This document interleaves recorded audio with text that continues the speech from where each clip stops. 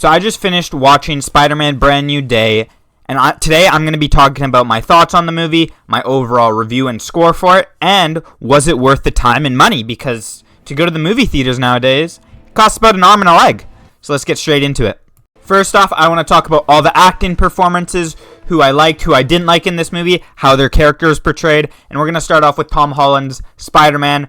He's played Spider-Man about 100 times at this point, and as always, he does an amazing job. He is for sure my favorite Spider-Man. I think he's my favorite Peter Parker as well. He plays the role very well this time and really expresses the dark feelings Peter Parker is experiencing after he erases that Peter Parker is known. Or in better words, there's a better way to put that, but I thought he did a great job. I thought he was great as Spider-Man. One problem I would say I had with it is I feel they don't dwell and focus on the feelings he has for that long. It kind of goes into a little montage about him watching his friends over the past 4 years, and then they're back in town, he sees MJ, and then a very heartbreaking scene with MJ, which we'll talk about later, but then after that, it kind of stops. And then let's go on to MJ and Ned. They definitely took a back seat during this movie. They were not as present, which is fair. This movie is it's called Brand New Day. It's about Spider-Man getting his life back together. And what did I think about Ned? I like Ned as always. He's funny, he's goofy, and he's just a nerd, and he still loves Spider-Man. And at the end, there's a great scene with Ned and Peter. We're going to talk about that later as well. And then MJ. I'm going to say this for every time I talk about MJ. I do really like Zendaya. I don't like her MJ performance. Or not her performance. I just don't like her MJ character at all. It's not her fault. It's the script. I really don't like this whole depressed act. And there's this one scene in the movie. I think they're at this party. And she's just ranting about some stuff. So technically, there's 50 people here. 2 of them are technically sociopaths. And she's just like that throughout the whole movies. She's not that funny. She's not interesting at all. And I mean, Zendaya and Tom are married. And their chemistry was better in this movie. But I don't really vibe with them as a couple in these movies just because MJ is so down. But I also should be rewatching the older ones, which I will do eventually. But let's talk about the main character. If you haven't watched the movie yet, big spoilers. I mean, I think everyone has watched it. I think it hit $932 million in the box office in the first weekend, which is insane. I didn't even expect that, and I predicted the movie to hit over $2 billion. Let's talk about Sadie Sink's Jean Grey. I didn't love it. I'm going to be honest. I didn't really like it.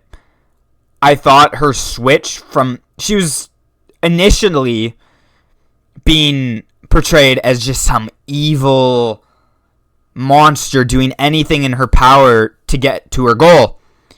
And then eventually, once she finds out her sister died, she just apparently becomes a nicer person somehow.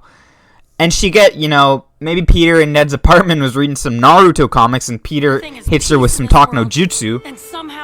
But she just switches up too fast. And for how sentimental she got near the end, I find it very bizarre that she never talked to Peter and told him, knowing how good of a person he is, through the memory. She's been in MJ's memories. She's been in so many people's memories, knowing how good of a person Spider-Man is. She doesn't even make an attempt to tell him what's going on and how Damage Control has kidnapped her sister. I don't love it. I don't know about Sadie Sink. I really like Sadie Sink. I don't know about her as Jean Grey. We'll see as the movies progress. But I'm not 100% sure on it yet. But let's get to the actual story, the action. Oh, one more character. 2 more characters, sorry. Punisher, John Bernthal. Let me tell you something. I don't trust the guy who takes naps. This guy carried the movie. Without this guy, it loses maybe a point and a half. He is so funny every time he's on screen. And we're going to get into the comedy side of this movie eventually. Because the comedy is very good at some points. And it's very, what the hell are we doing? Are we going to reuse the same joke 100 times? Every time this guy's on screen, I'm chuckling, I'm laughing. And I just want to preface, I low-key went to this movie alone because I do not like watching movies that I'm really excited for with other people. I don't want to explain to them what's going on every other second.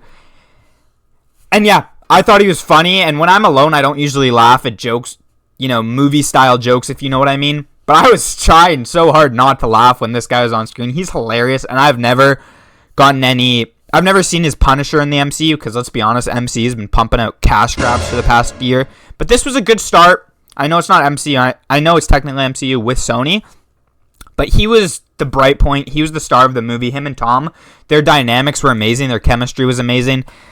And then we're going to go into the Hulk. The Hulk sucked.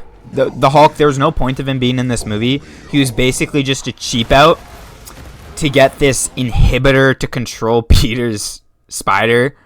And it just allows him to, whenever he's in a corner, oh, I'm going to take off this chip off my neck, and I'm going to become the strongest character in the room, and I'm going to be able to do whatever I want. I think it's lazy writing. I think it's cheap. I think it lacks creativity for, that's the best part about Spider-Man, the creative ways he takes on people. And in that final scene against the ninjas, he just decimates them. The second he takes off that chip, I think the whole controlling the spider and controlling yourself is ridiculous. But it's not that big. Maybe I'm being a bit hyperbolic with ridiculous. I just don't love it. But let's get on to the story. So let's talk about the story a bit here. Obviously, it happens right after Peter makes the world forget who Peter Parker is. Is it Peter Parker as Spider-Man or Peter Parker? It's probably Peter Parker as Peter Parker as a whole. I love the way they started off. You can tell it's dark. You can tell he's going through something. But then they kind of erase that. And Jean Grey, that's when we get to Jean Grey. It's not erased yet, but they kind of put it as a step back and kind of activate it when they feel like it. And we get to Jean Grey. She's taking over the tank, and they're destroying damage control to find whatever. I think VMAX. We'll talk about that later. I have a big problem with that. And he beats her. He finds out of this new threat. And I don't remember every single little detail of the start. I really did enjoy the start of the movie. But one problem I had was the villains they used. They had Tombstone. He appeared on the screen for a cool 2 seconds, You blinked. You looked down to grab your popcorn off the floor. Tombstone's gone. And then Scorpion. This guy, I swear, has been hyped up for the past 3 movies. And he's just a puppet for Jean? It's ridiculous. I strongly dislike that. He's a puppet? After so long. After he's been in this franchise so long. And Scorpion's such a great villain who's really not gotten a great adaptation. And he's just not used at all in this. He's used as a plot point for Jean Grey to get VMAX. And we're going to skip to VMAX. You guys might look at it deeper than I do. That's the only thing her sister could have seen. I thought it was lame. I think you're building up something, and I know that something that's being built can't always be this grand spectacle or this massive secret, and sometimes it does have to die down in the way it did in this movie. But this is Marvel. Come on. I'm not expecting her to be alive, but can't that be something, a plan? And with the government as a whole, what was their plan with Jean? What were they trying to use her powers for? They never explained that, or I'm just dense and I didn't understand.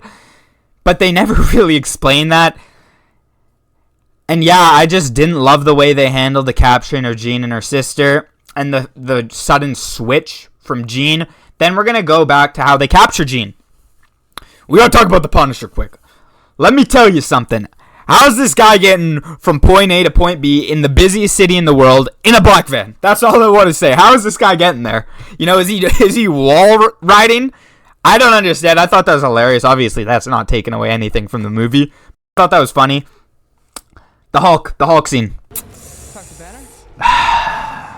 This guy literally shows up, gives Peter that he basically has a hack, whenever he wants to be strong, he can.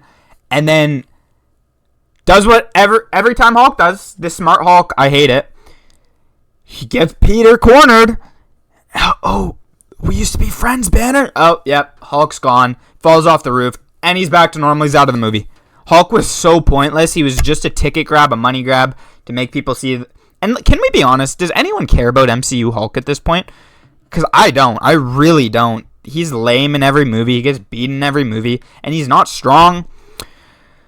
But let's talk about the commissioner. I don't know his name. I'm very sorry. This is not a good look. I thought he was pretty shallow. I really did. What was the point of him? And we're going to talk now about Jean Grey defeating him. Or not defeating him. I mean, he's a normal civilian. He has no powers. But she's using him as a hostage against Tom Holland's Spider-Man.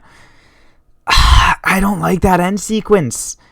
I do like some aspects of it, but I don't like a lot of aspects of it as well.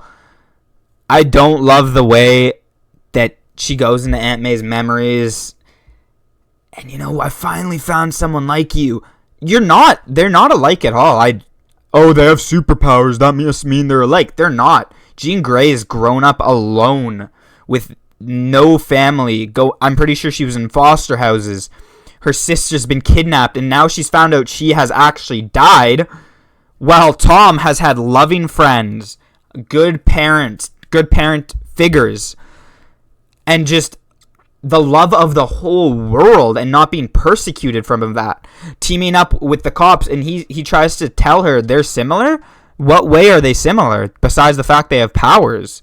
He's treated as if he was a god with his powers, and she's persecuted and used as a guinea pig. So I don't know why that switched her mindset. I'm going to have to rewatch the movie to give a super clear analysis, because I'm filming this a couple days after. I do not know why.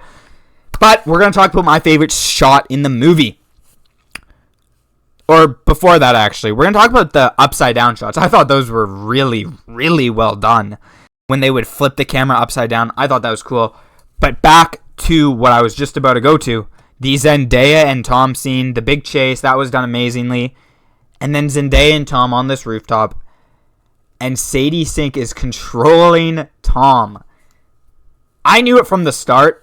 Not from the start, obviously, but right after they kissed. This isn't some Disney movie where a kiss reopens your memories with destiny, fate. And dude, one thing, the second I saw that she remembered him, I knew immediately it was Sadie. And the whole theater around me goes, oh, I'm like, guys, you think a kiss would have unlocked all the memories? He erased himself from the world. That does not make sense, but I'm not going to be that guy who's like, oh, you didn't understand this. But I just thought it was kind of funny. I'm never going to, make fun of it. I'm just going to chuckle, but it was a great scene, just the darkness. And how is Peter forgiven Sadie so easily after doing that? That was a brutal, really heartbreaking scene. After all these years of wanting your girlfriend back, that happens. She's being mind controlled, forced to kiss you, and she acts as if she was your girlfriend. It is really brutal. It's very dark. And then we're gonna go to another Zendaya scene where she finds the letter.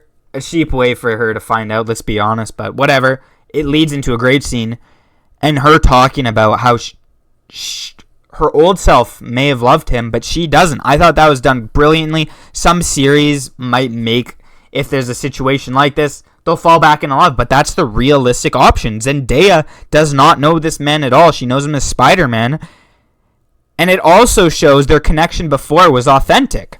They always loved each other. Like I said, I haven't watched the movies in a while, but I thought that was done brilliantly. I thought it was really heartbreaking, and that just you could feel the tension, the awkwardness as they're swinging back.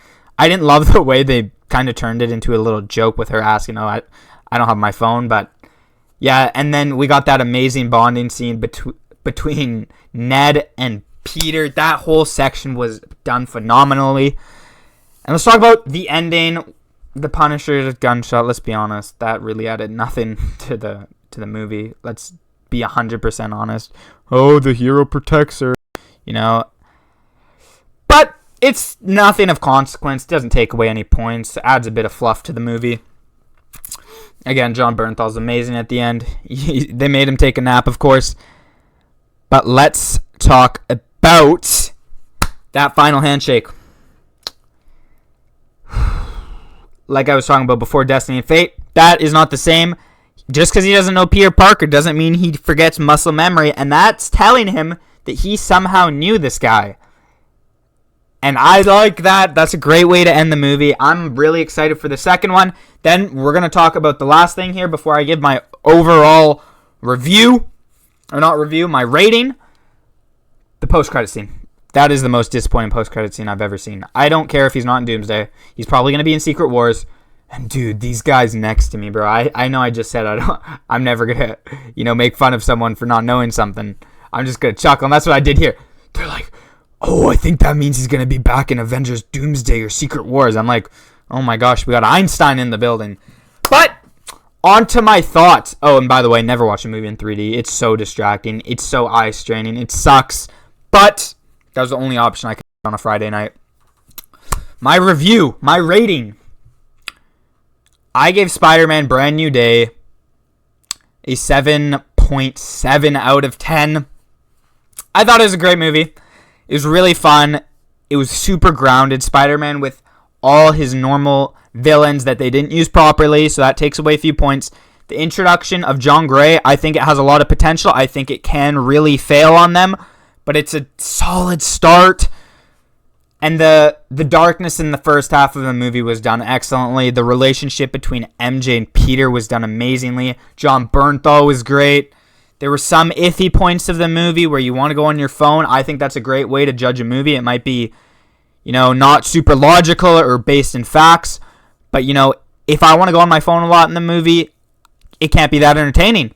I didn't want to go on my phone during the most part of this movie. Towards the end, I kind of did. But it's a great movie. I would 100% recommend it. I also use that as a basis. How comfortable would you feel telling your friend to watch this movie? And I think it was definitely worth a watch. So if you haven't seen it yet, I kind of just spoiled everything for you guys. But go see it when it comes out.